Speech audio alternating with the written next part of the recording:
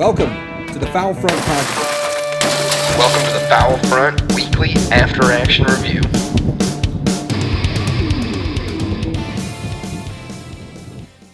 All right. Well, welcome to this week's After Action Review for the week of July 12th, 2019. And remember, this is a review and digestion of all the material that I've listened to this week, and it's meant to help you navigate all the greatest outdoor podcast content out there. So now, if you have any recommendations or suggestions for a podcast that I might not be privy to, please email me at foulfront@gmail.com and let me know. Or you can check me out on Instagram or our Facebook page, whatever you got to do. Also, check out, just started a blog on foulfront.com. Just dropped my first article in there on the Chihuahuan Desert and some interesting stories from there regarding hunting ducks in the desert and conservation efforts needed there. All right. Before I get into the countdown, something has been weighing heavy on my heart as I've gone through all these podcasts this week, and I wanted to open up with a little discussion that I think is really important to have. In this digital age and highly polarized political environment in America, we've kind of lost a little bit of our research backbone. And when it comes to digesting information, that is, I'm guilty of it too, and often we just go out and we grab the headline of an article, or we skim through the information presented to us without ever having actually evaluated the source. With our way of life and hunting being a constant through history, we owe it to the hard work done by those before us, and then the generations to come behind us. We owe it to them to be a little bit more critically thinking when it comes to conservation. Politicians and media bias opinion come and go every 2, 4, 8 years, and it sways with election season, but conservation is a long game that requires not knee-jerk reactions. It's like this. You might drop $100 on a new microwave or something without doing too awful amount of research into it because, heck, it's $100. You need it and you use it 4 or 5 times a week, and it just needs to get the job done. And you're done paying for it when you leave the store. In contrast, when you buy your home, you're going to be doing a bit more research. Hell, you might be paying for it for 30 years, and so you want it to be a good purchase. Well, when it comes to conservation in matters of hunting and fishing, I believe many of us, myself included sometimes, we think we're buying a microwave. We see the information, we use it 3 to 5 times a week, and the information sounds good to us, so we buy it. And we buy it with our endorsement, with our money, and with our votes in local and state and national political figures. We need to, though, be doing a bit more research. We're really trying to buy a house here. We're really trying to buy a house with conservation. So we need to evaluate the sources. We need to get the home inspection. We need to look at a couple of the houses, or sources, I should say, and not be so metaphorical, and not just take the first thing that pops up on our news feed or that we saw on the internet. So why did I bring this up?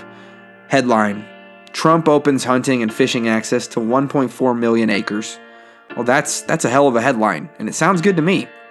I saw a lot of rhetoric on my Facebook that touted this as an amazing thing done by the current administration and all but lambasted previous administrations, both Democratic and Republican alike. Now, before we go and we make this all political, I want you to dig a little deeper and remember a couple things. We're on the precipice of a voting year, and now more than ever, we need to be critical of the things that we read in the media and the motives behind the actions of all of our elected officials. So back in 2015, the Obama administration did this exact sort of expansion in 12 states and 21 national refuges, and put some serious restrictions on gas and oil refining in delicate watersheds and oceanscapes. President George W. Bush, he did it in 2004 with some 60 new programs on national wildlife refuges, and President Clinton in 1996 did the same thing with an executive order. So 2019, 15, and 2004 and 1996, what are all those years? They are years either of an election or right before it. And so, albeit 2015 was the end of Obama's term and he wasn't up for re-election, disregard that. But my point is this: we are not a very large demographic when it comes to America, but we are a unified one. Not one hunter that I know wouldn't like another 1.4 million acres to be able to hunt and fish on. This makes us vulnerable. We can't let politicians or the mainstream media and those that get paid a lot of money to influence good people like us that are trying to do the right thing to the will of others. Can't let them dupe us into something that's ultimately outside the scope of our desired end state, which is a clean and healthy planet with wild places for our grandchildren. You can't hunt and fish if there's not habitat. And they do this through coercion and our willingness to accept any piece of information that comes across our screen without vetting it and taking a critical look. Let's buy conservation like it's a house, not a microwave. Let's not let our foaming at the mouth for more land access be the conduit for the delegitimization of science or curbing global climate change and limiting environmental pollution. I mean, look at the satellite issues or motivations that don't quite make the news article and get slipped in on page 984 of some of these legislative movements. I'm not telling you how to vote. I'm just asking that you do a better job by truly voting with how you feel and removing as much biased influence as possible from the media. We owe that to hunting, we owe that to fishing, and we owe that to wild places and the people that are going to be coming after us. This isn't anti or pro-Republican, Democrat, or anyone. It's just a plea for us to be a little bit more responsible with how we consume our information. Okay, serious part done. Now on to this week's list of outdoor podcasts to help you navigate through all the great content out there. Some notable mentions for this week. We got the Lone Ducks Gundog Chronicles, episode number 30, Training Techniques, the Tom Rowland podcast, and the Burning Creative podcast.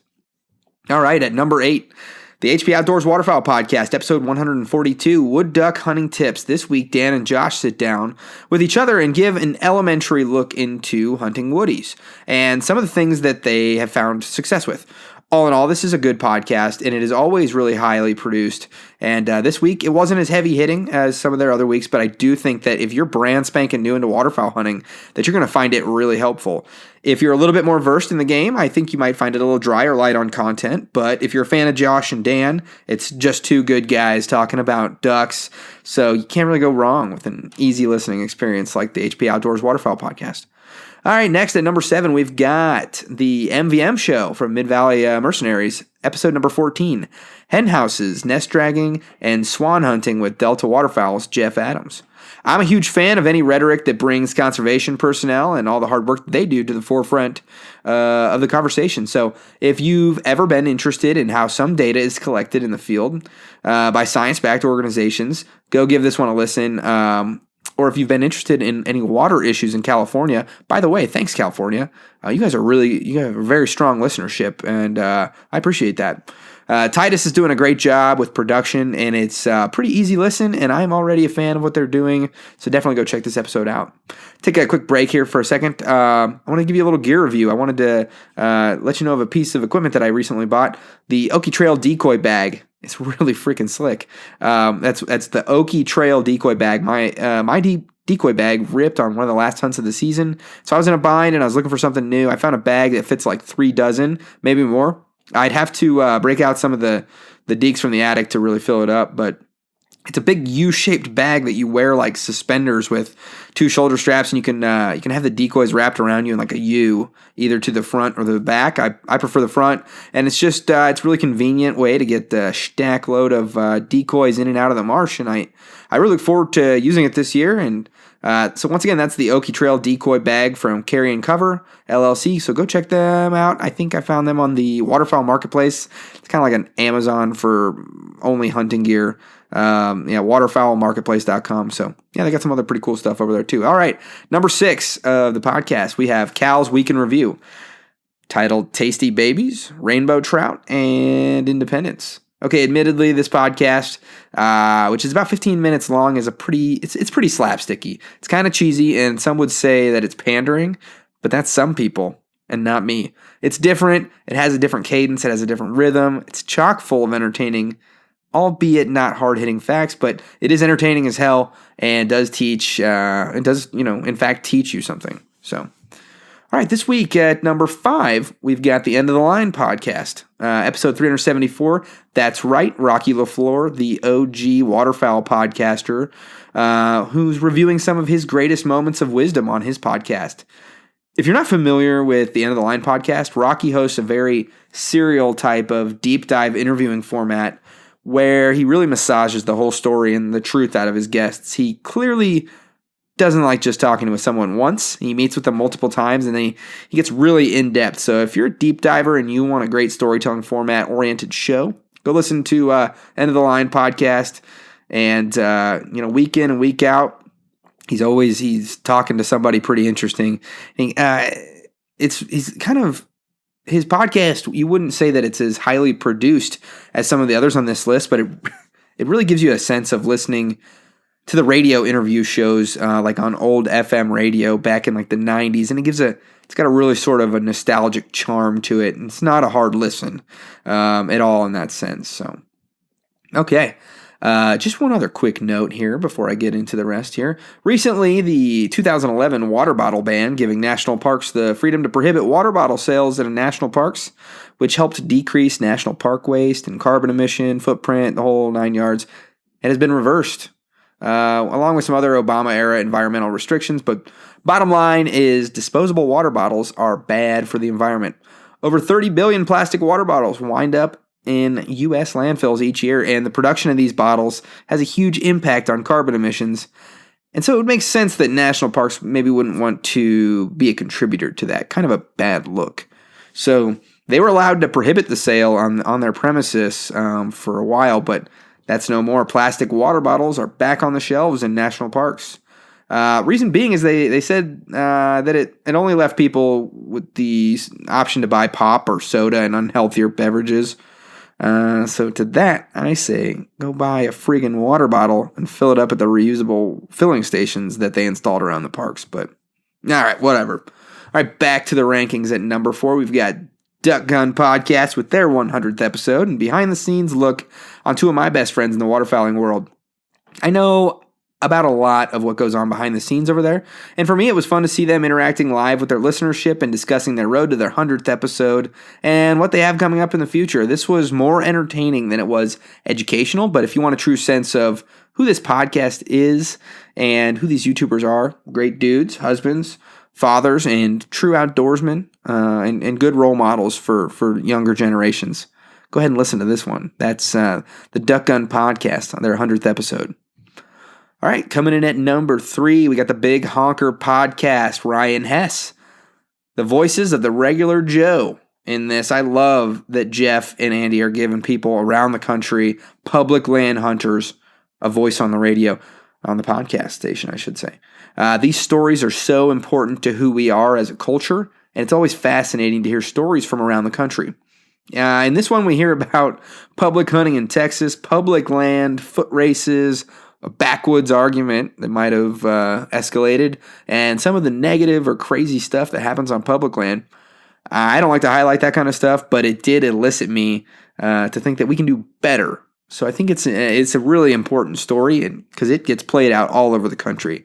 All right, number 3, the Big Honker Podcast, Ryan Hess. All right, coming in at number 2, got the Meat Eater Podcast, episode 176, titled "You Can't Start a Conversation with FU." So the Meat Eater crew sits down to talk with Travis Swartz and talks all things hunting and fishing, mostly fishing. Travis Swartz, also known as Hank Patterson, a hilarious character whose woes and terrible attitudes show the caricature of a terrible fishing guide. Travis is freaking hilarious, and his quick wit and back and forth with the crew made me belly laugh about 3 or 4 times and elicited quite a few chuckles. Not many people can keep up with Steven Ranella's wit and his fancy wordplay, but old Hank Patterson, played by Travis Swartz, did a hell of a job. It really was funny. Definitely worth it for the comedic factor. Hey, so I know many of us are anxiously awaiting the results of this year's waterfowl population survey, so I just wanted to remind you that myself and Ducks Unlimited's Southern Regional Director and friend of the show, Jerry Holden will be discussing them and what all the numbers mean as soon as they get published. So make sure, if you haven't, subscribe to the Foul Front Waterfowl podcast. And while you're at it, give us a rating and a written review. Also, if you're looking for some awesome and responsible video content, hit up YouTube with Freelance Duck Hunting, High Prairie Sportsman, Duck Gun Chronicles, and Mid-Valley Mercenaries. Also, go check out Waypoint TV, a video streaming service with tons of hunting and fishing content on it if you want to get into a little bit more content. Okay, drum roll, please, for the top podcast on my list this week. Damn it, if it isn't the Hunting Collective again. Ben O'Brien is killing it lately, and this week, episode number 69, titled Private vs. Public Land Debate and Studying Land Usage, is amazing. I'm not even blowing smoke right now.